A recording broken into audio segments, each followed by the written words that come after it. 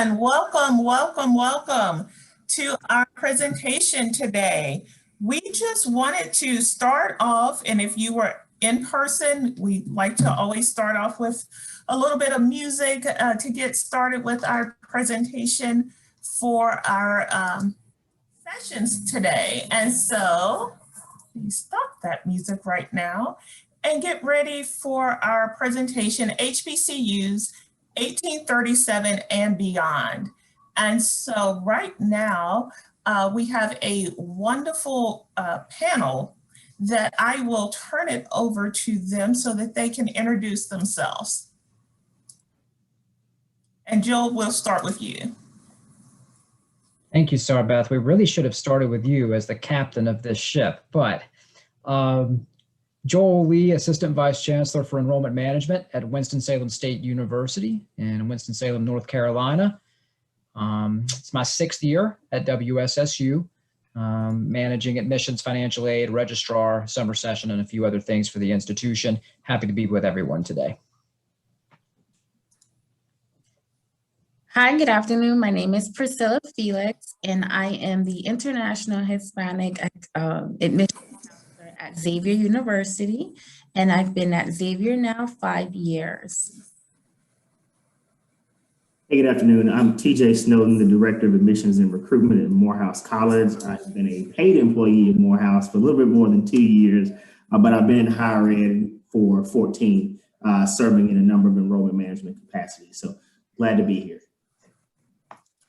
And yes, you are correct. I guess I should have introduced myself. My name is Sarbeth Fleming, and I actually serve as the Associate Dean of Admissions at Emory University. And you're probably wondering, well, why is she on this panel? And honestly, I'm here to just moderate the panel and be in the background and run the presentation. But I will tell you, if you've ever met me, if you know me, I have a very strong connection to HBCUs. Actually graduated from Winston-Salem State University. So I'm so happy to have Joel here representing my alma mater that I love dearly. And I am a 5th generation graduate of HBCUs and talked to my nephew this weekend. And I was like, when is your graduation day? And he was like, oh, it should be. I was like, let's not play. So he will graduate May 9th and will be the 6th generation in our family of HBCU graduates. And so fingers crossed, y'all. I hope he's not playing with me. But so that's why we wanted to bring this presentation to you today, to just talk about HBCUs and the history of HBCUs. And so we will keep going here. As we all know, with presentations, we have so many moving parts.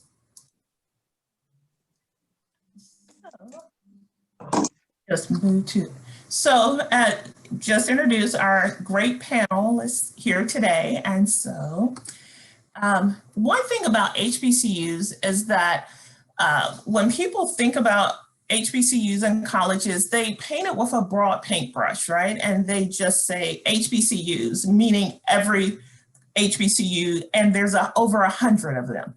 We don't talk about any other group like that. We don't talk about, colleges and think of all 4,000 colleges. And so one thing we wanted to show is the diversity in the diverse when we're talking about HBCUs.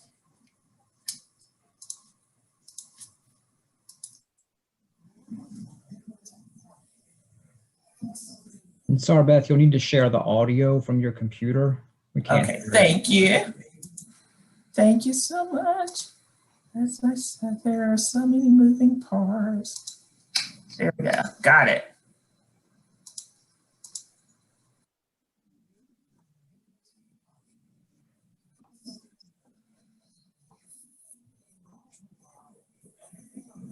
There's still not any audio, I don't believe.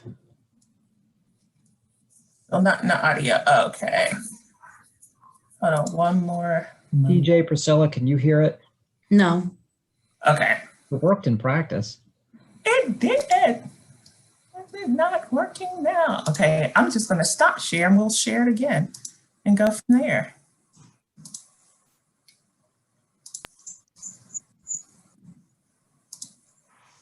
Okay, I think it's gonna work this time. But when we went to Howard, I felt something special. From the moment we got there, everything about it made me feel proud and excited to be Black. Again, except Dad. Of course, I've seen Black kids protest before, but Howard is the only place I've ever seen Black kids on opposite sides of the same protest. I've never seen so many different kinds of Black people in one place. Rich kids, poor kids, middle class, Southern, Republican, Democrat. It was like the only thing that defined being Black at Howard was being proud that you are. And so that's what we wanted to talk about when I was saying the diversity in the diverse, right? And that we want to make sure that when, as a profession, when we talk about colleges, we talk about each individual college and not just a group thinking that one label represents all of the colleges here. And so there are many different resources out there. One book in particular called In Shelter in Times of Storm, How Black Colleges Foster Generations of Leadership and Activism by Dr. Favors, really looks at the history of HBCUs. And there are so many amazing resources, like I mentioned. But one thing I wanted to make note of that Dr. Favor talks about is that throughout this definitive history of how HBCUs became a vital seedbed for politicians, community leaders, and reformers and activists, Dr. Favors talks about that unwritten second curriculum at HBCUs, one that offered students a grounding in racial consciousness, right? And so the academic piece is there, of course, but also the unwritten second curriculum.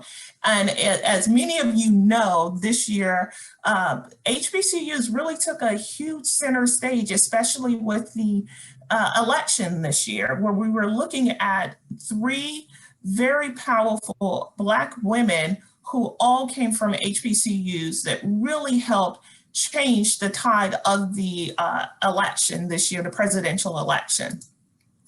And so Dr. Price, who is an endowed professor of political science at Perryview A&M, writes about how that HBCUs really give students that space to explore all aspects of themselves and move away from racial judgments and stereotypes. If you look at research on HBCUs, you'll see that 3% of the nation, HBCUs represent 3% of the nation's colleges, but account for more than 20% of Black undergraduates. And this year and in recent years, a lot of colleges have talked about reaching out for more Pell Grants and first generation students, when truthfully that has been the foundation of HBCUs since their existence. And HBCUs as a whole retain this population more than PWIs, predominantly white institutions. And so with colleges now, and in recent years, making that a catalyst of their recruitment, it should be looked upon HBCUs. How do we allow students who may be first gen or Pell eligible students to become successful? Because HBCUs have over 100 years of history showing how this has been accomplished. And so what we want to also do is show, we're going to try this again here.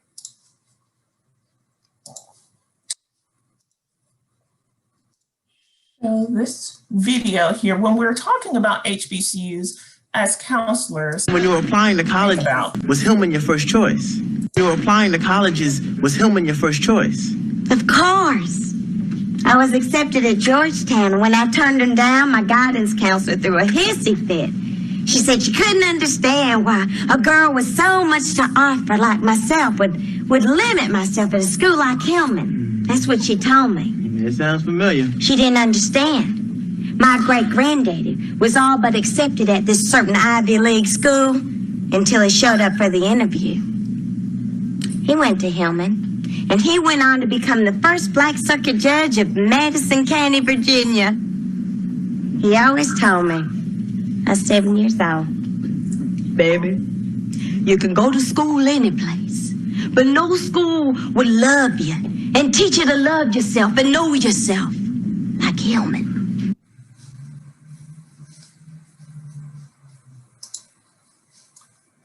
And so, just in case you don't know, Hillman's not a real college. Want to put that out there.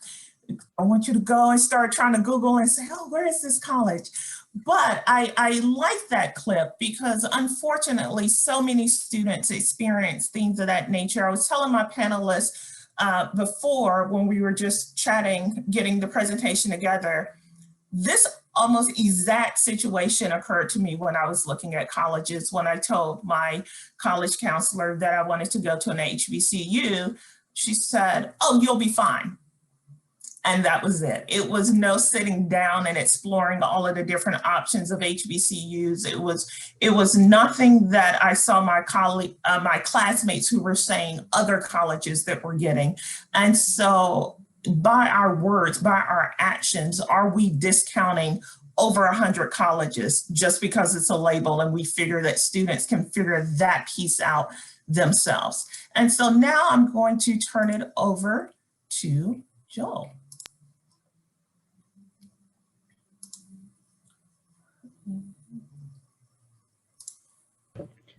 Thank you, Sarbeth. It's a good segue into, kind of WSSU's story. So we started in 1892 as a one-room schoolhouse with 25 students and one teacher.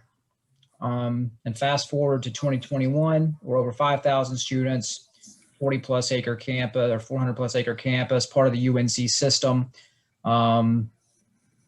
With tens of thousands of alumni all over the world and all over the country. And so that's a common HBCU story, right? We've come a long way, and to the earlier slide, there's been a lot of national attention, but we're in the national conversation in a different way than we might have been even a couple of years ago. And so that's been very promising and exciting for us that love our HBCUs and have dedicated our careers to HBCUs at present.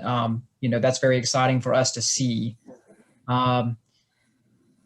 HBCUs have a specific kind of outsized responsibility and outsized effect on higher education and on the futures of everyone who goes through the higher education system. And Sarbeth already shared one.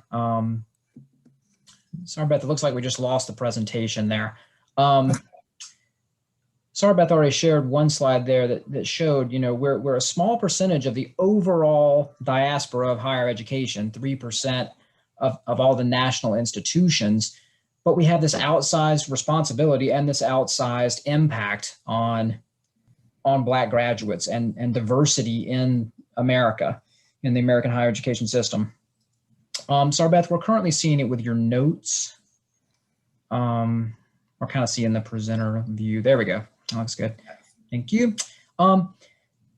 And there's a lot of data out there now on what HBCUs are up to and really the value and the role that we play in higher education. You can see on the left here, again, there's a measure not only of number of degrees granted, all that kind of stuff, but really what is higher education if not about social mobility, right?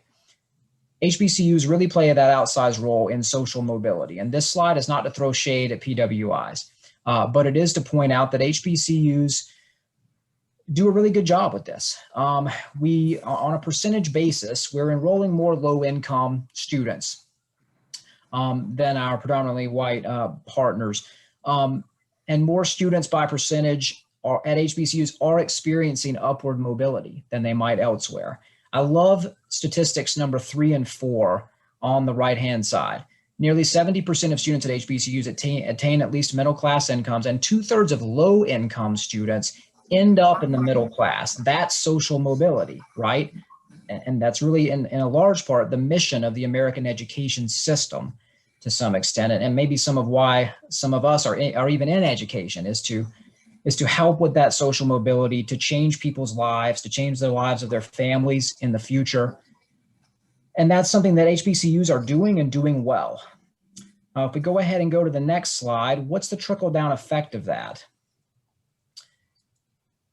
We aren't just putting more graduates out there, but where are they going? Well, there's some critical workforces that historically have been very not diverse in America.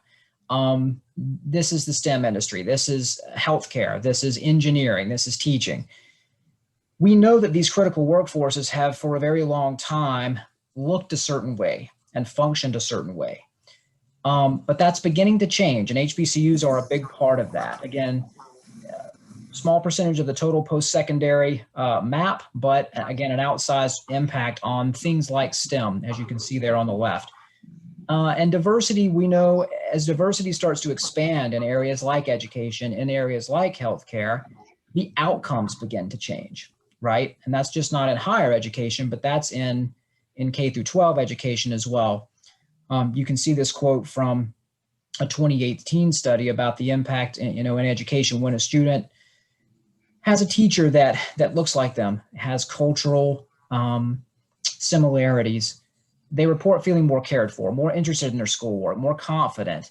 And that has, of course, a trickle-down effect into performance.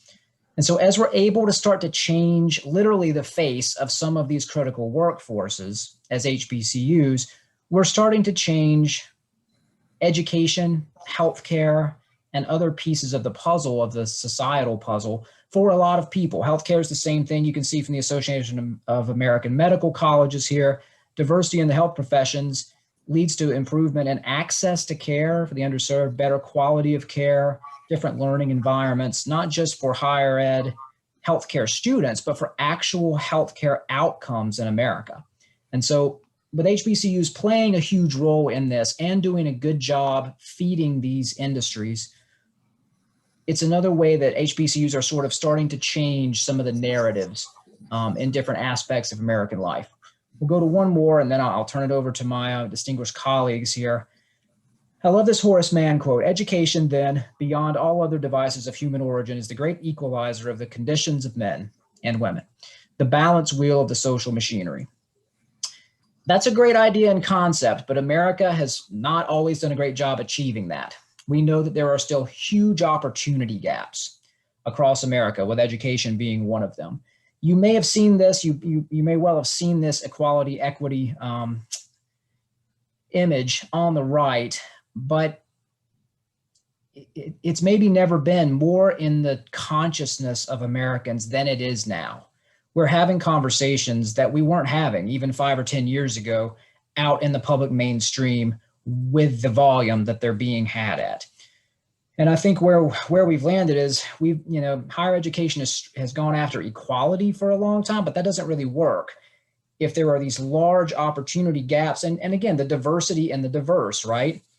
You've got very different folks coming into higher education from very different perspectives and very different places in life and very different socioeconomic backgrounds, et cetera. And so that's really what I see the other HBCU role being, is not equality across all students and treating all students the same, but saying we need to be the tide that raises all ships, right? And so how do we set ourselves up as HBCUs to get the outcomes to be equal rather than the inputs? And so that's just some of the work that HBCUs are out there doing and that I'm excited to be a part of, and the WSSU is excited to be a part of. And I'll turn it over to our next colleague here to show you a bit more about what HBCUs are doing across the country. So thanks, Joel. And what I'll do is I'll reinforce a number of things that Joel mentioned previously in his slides, particularly around the areas of HBCUs being that gateway to social mobility. When you think about the times when you were in high school and in elementary and even middle or junior high, depending on where you are in the country, when you thought about career days and Black doctors and dentists and folks who were in the science areas, a large number of those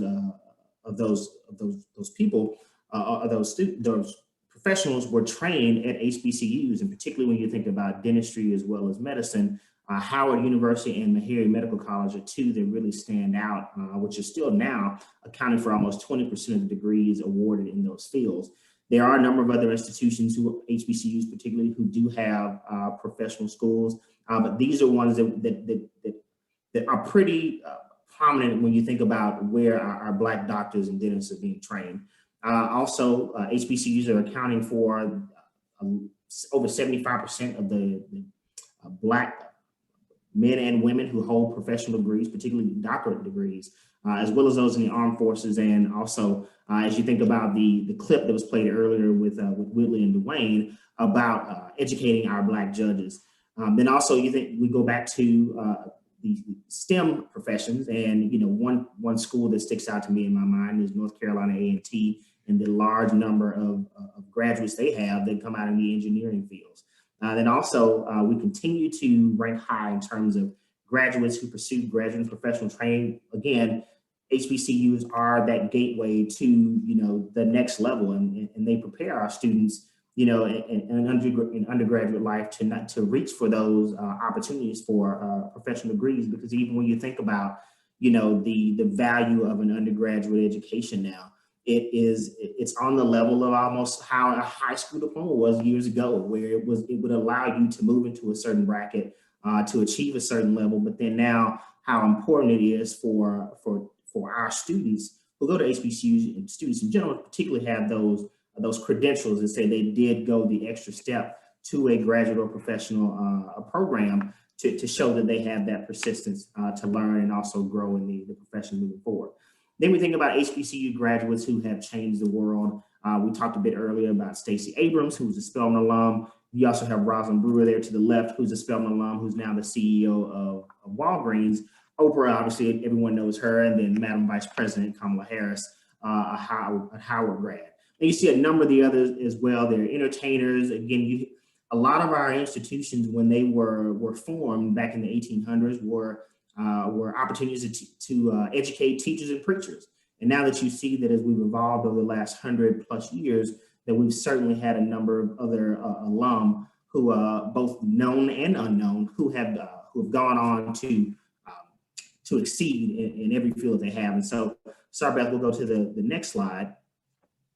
And so when you think about social consciousness and affecting our HBCU enrollment, Dr. Walter Kimbrough, who is a 2-time president of an HBCU, Philander Smith, and also currently Dillard, talks about how HBCUs have had an increase in applications, but also enrollment, partly because of what's called the Missouri effect. And so if you think about the University of Missouri, when there were a number of protests back in 2015, where not only students who were, your everyday student who was just engaged in a number of things, but then also your student athletes were protesting against injustices that were happening in the state of Missouri, going as far back as when students were first offered admission to Missouri, Black students in 1950, but then also as recent as the killing of Michael Brown and the level of civil unrest that was the cause of that in the state of Missouri and around the country.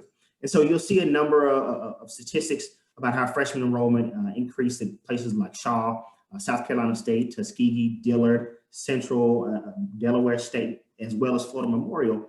And then we also talked about, again, the applicant pool increasing anywhere between 10 to 20% from the article inside Higher Ed. And part of that we can attribute to the level of civil unrest. But then we're thinking about how HBCUs in the 50s and 60s, when they were ground zero for a number of very popular protests for civil rights throughout the country. And it seems over the last 4 years and even further that they have been, there has been a reawakening of the movements here. And we've certainly had a number of our students that were at the forefront, as you can see. So we'll go to the next slide.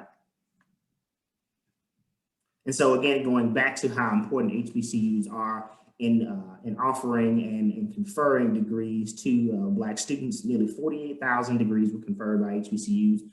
Both 68% of those were bachelor's degrees, and 16% of those were masters. But then you think about about Black students account for 81% of the total number of bachelor's degrees conferred at HBCUs, 70% of the master's degrees. but then there's also a disproportionate amount of students, particularly Black female students, who get who achieve the largest number of those degrees. And there could be a number of reasons why that would be the case. It could just be, persistence, but then also there are a number of factors that are involved in, in encouraging students, both female and male Black students, to achieve or to pursue higher education. So I'll pass that off to Priscilla. Thank you guys for tuning in with us. Thank you so much, TJ. And again, my name is Priscilla Felix, and I am the Hispanic and International Admissions Counselor at Xavier University. Part of what I'm tasked to do is meet with students within the Hispanic community, international students, and tell them all the great things that are happening here at Xavier. And more often than not, I am met with the question of, so what exactly is an HBCU? Is it just for Black students? I get that question asked regularly. And to me, still today, I remember me going to college. I didn't know anything about HBCUs until I actually moved down to Louisiana. I'm originally from New York, so this is not something that I heard while I was in high school or was I familiar with, because this isn't something that I normally even understood going to school. So moving down here, I really did understand that it's really easy to have this impression as a student if you're not really introduced to the idea of what HBCUs are, why they even exist, or even if that's an option that they can obtain.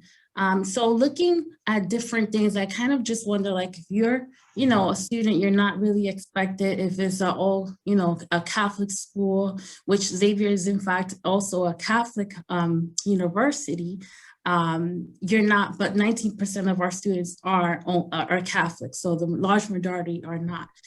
So in that sense, in that same instance, we don't expect that all of our students are going to be African American. So when meeting with students within the Hispanic community or outside of, the Black community, I always do want them to understand that Xavier is not exclusive to one race. In its inception, it was, just for Black students, because this is the only location where African American students were able to receive a post-secondary education. So that is in fact why they exist, but that is not exclusive to students within one community. So in educating students within the Hispanic community, often I am just asked, well, so what is there for me specifically? And to that, I always answer, well, anything really that you're looking for. Xavier, is definitely open and inclusive to students of all backgrounds, nationalities,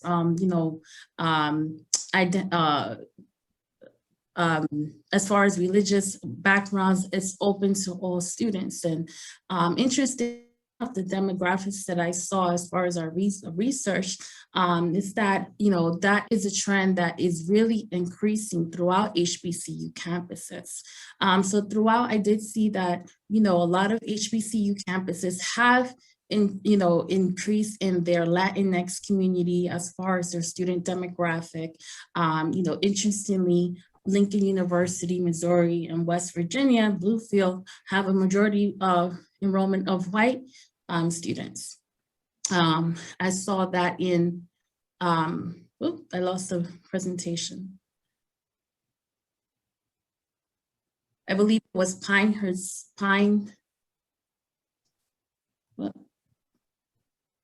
now I just see TJ.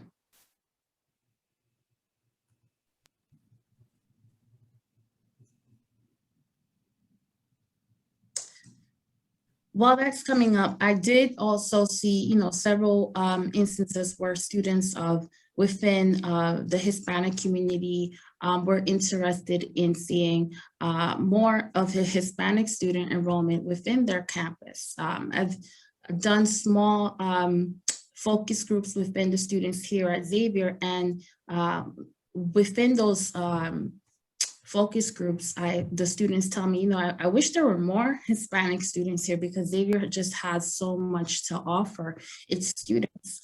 So when I do go out and meet with parents, with students within the Hispanic community, the first thing I start off is saying, well, Xavier has tons of opportunities for your student. Why you should consider Xavier as an option is because of all the great resources that you have available to you. You're more than willing to just research things within schools that you are not familiar with, their background. Why don't you just take Xavier into consideration and have them as an option? Sometimes, that's just something that it's really hard to get the student to understand, but I think that's the starting point should be just the overall education of why exactly the HBCU campuses actually exist, because I do find that is something that more often than not is a question that I am asked when I am out at fairs, when I'm meeting with students at high schools, with parents. They have absolutely no idea, what HBCUs represent, or even, why they exist.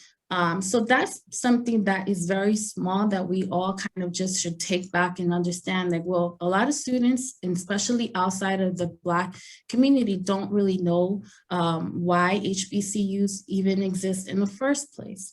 I know that when I start going into that conversation with parents and students alike, it's kind of just like you see their eyes open up like, oh, okay, it makes sense now. So just that one conversation alone does go a long way, because after having that first introduction to, this is what an HBCU is, I have a lot of students then follow up with me wanting to know more, wanting to have tours, wanting to just find out more about the resources that are available on campus.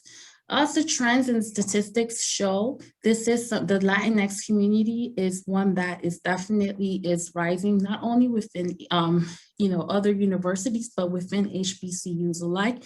And as Joe did mention earlier, a lot of the reasons and trends are because of the climate that we're in, and a lot to do with just different things going on in our society today.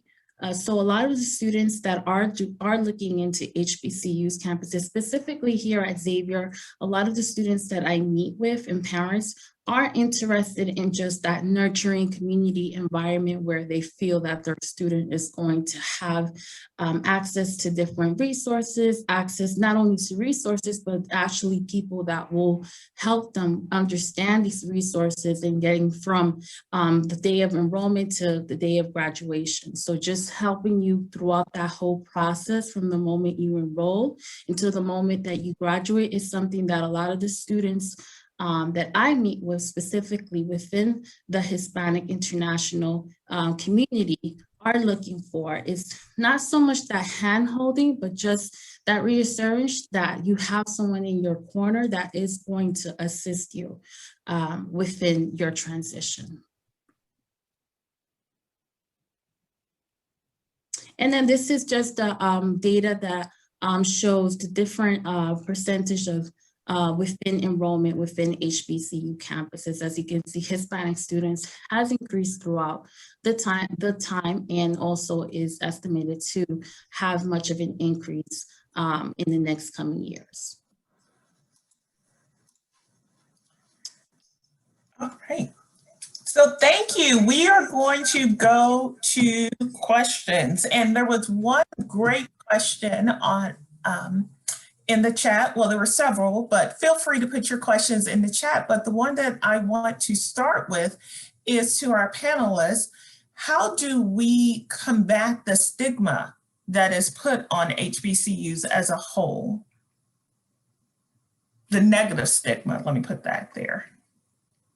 And I will start with TJ, if you could answer that, and we can go around.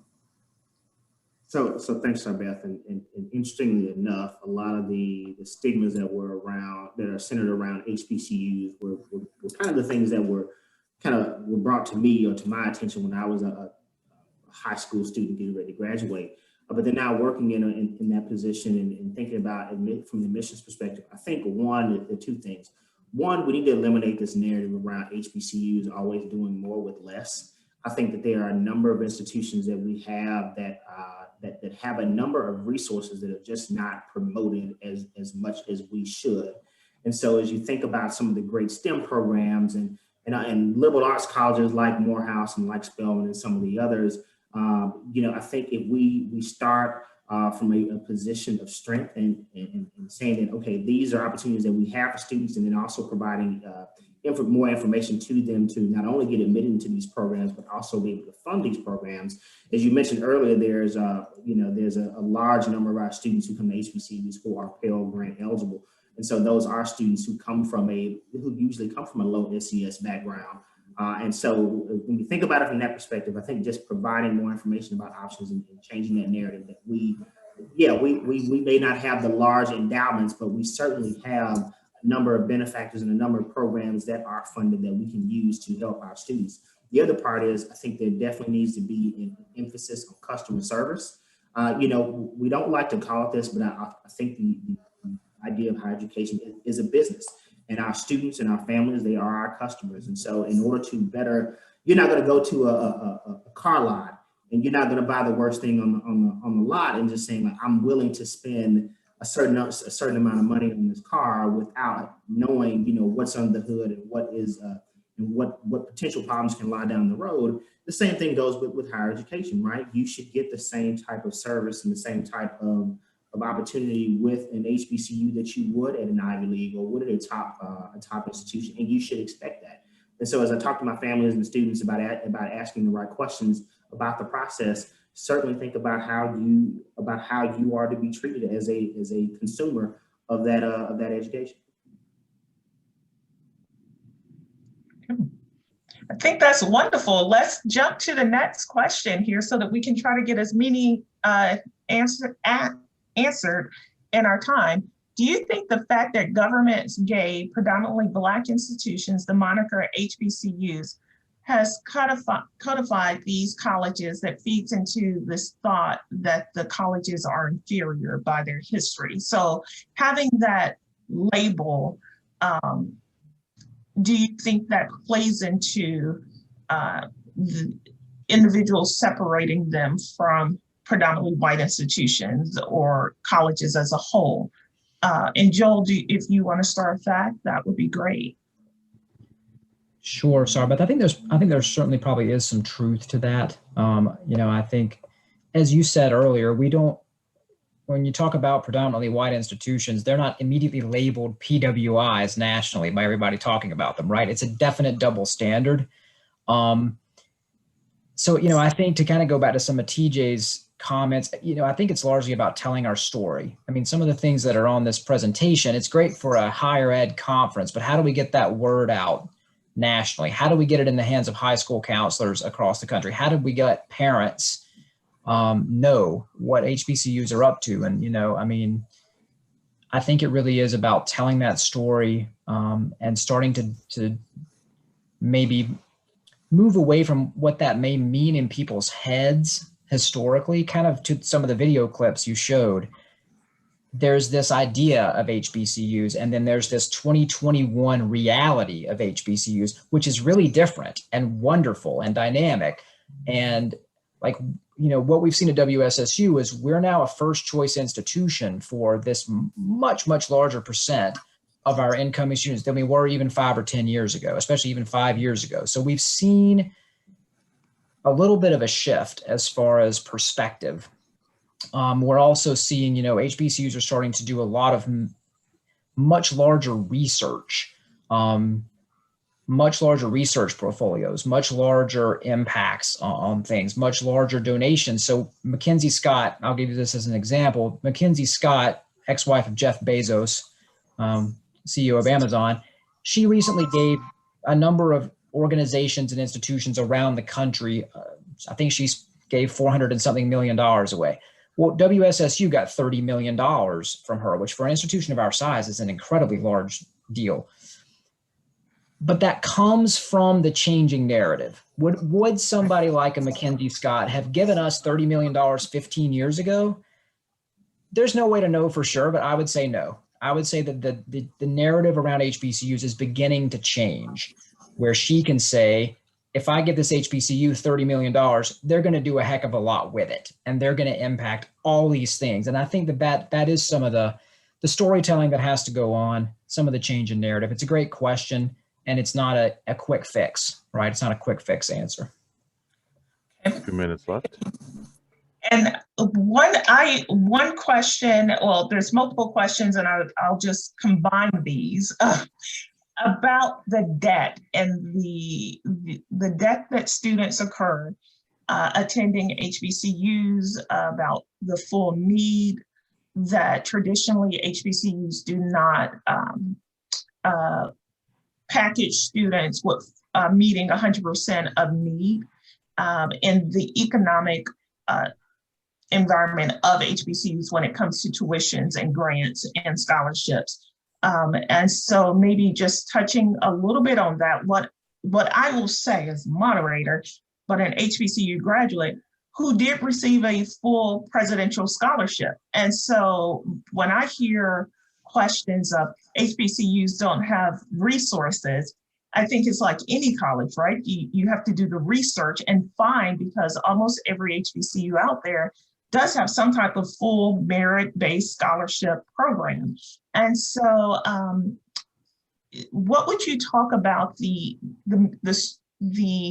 narrative behind HBCUs creating significant debt by gapping students? And I will throw that to TJ if you want to start on that one. So I'll try to be brief and previously throw on my hat as a financial aid counselor some years ago. What I would tell students is, and counselors and families as well, is that, like you mentioned, Sarbeth, doing the research. I get a number of students, in my space, like, I have a student who's a 3.5 with a 1200 SAT and some other things, and you can't meet full need, or he didn't get enough of a merit-based scholarship. Well, I'm servicing a number of students and high achieving students who are exactly like that student on paper. And so I'm certainly advising them to not lean so much into the institution itself, giving out merit-based aid that does not require an additional application and some other things that need to be presented. I think that, as our students, we need to start them off early in 9th, 10th, and 11th, 9th and 10th grade, particularly when we're thinking about application submission, getting a better idea of how scholarships and need-based aid are going to be dispersed at that institution in order for us to get a better idea of how to prepare them when we're in the 11th and the 12th grade on how to approach the scholarship process. And so I know we're running a little short, so I'll keep that brief and allow Joel or Priscilla to jump in as well.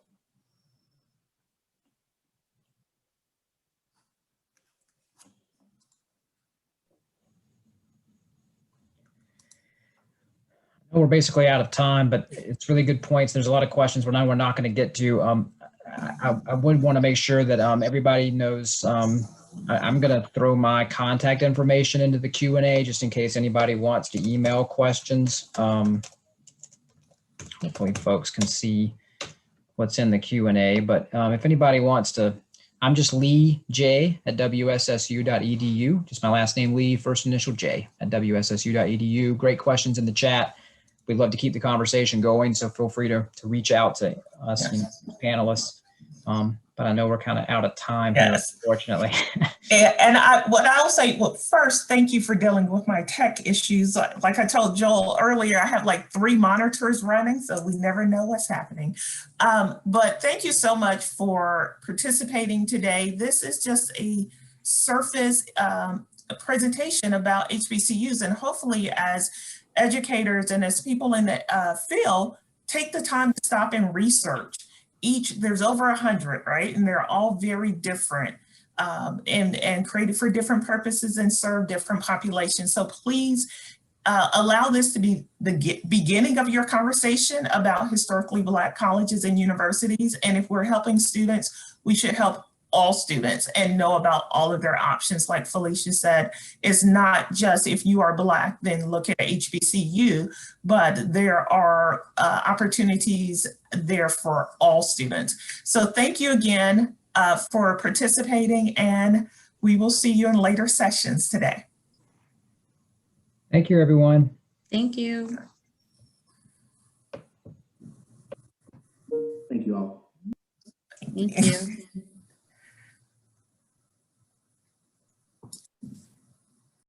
Log on.